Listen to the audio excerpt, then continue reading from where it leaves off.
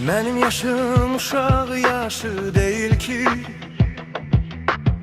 her ağacın meyvesini dermişem. Allah mənə nə veribsə əzəldən, mən də onu bu dünyaya vermişəm.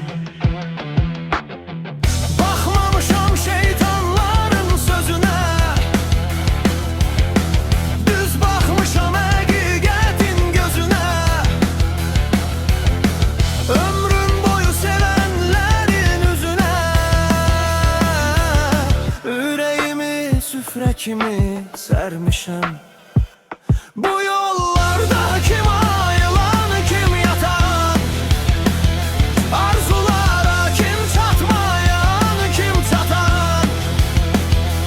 Nə ölənəm, nə itənəm, nə batan, qızıl sözdən qızıl divar hörmüşəm.